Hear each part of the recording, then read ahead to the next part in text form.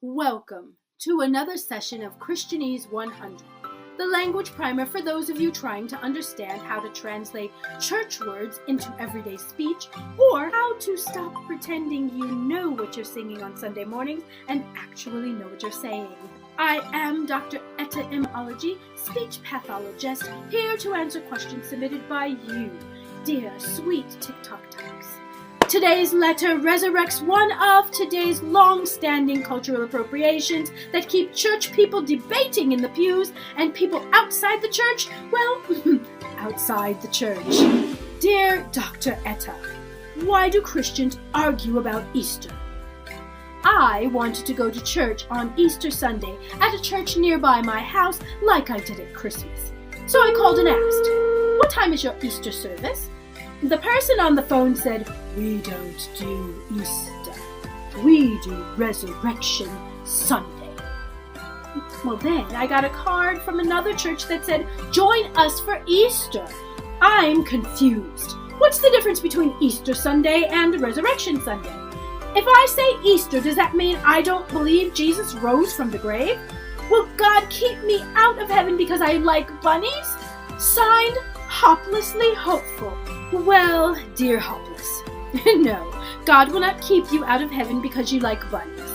Next, whether you say Easter Sunday or Resurrection Sunday does not matter, as long as, according to the scriptures, you believe in your heart and confess with your mouth that Jesus was the prophesied Messiah Christ, born of a virgin, crucified on the cross, and risen from the grave 3 days later.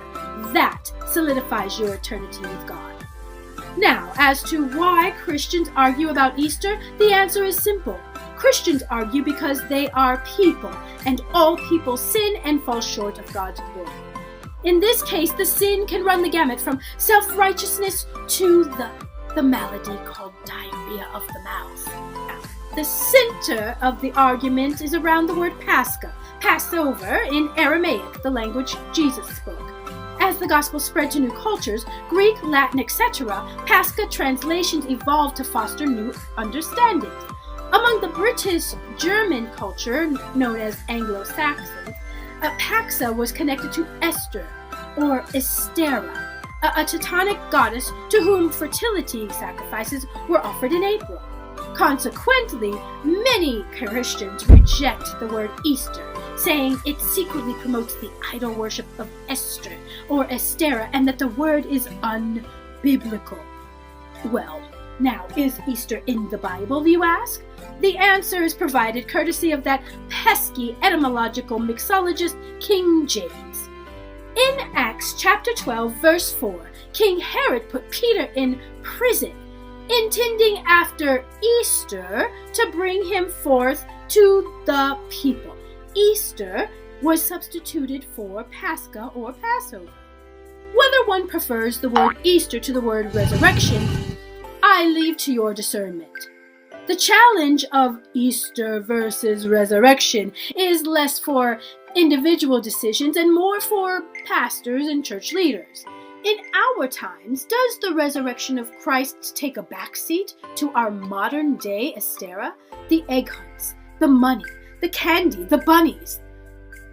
It is important, then, for a church which has an Easter program to be very clear about the only reason for the season, the resurrection, and to have a plan to continue the conversation in the days thereafter.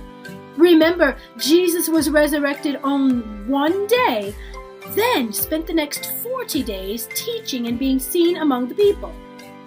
Let us hop along and tell that story. I am Dr. Etta M, Ology, Speech Patholo-jest, here to remind you, when in doubt, don't ask the internet, ask the Lord. Word.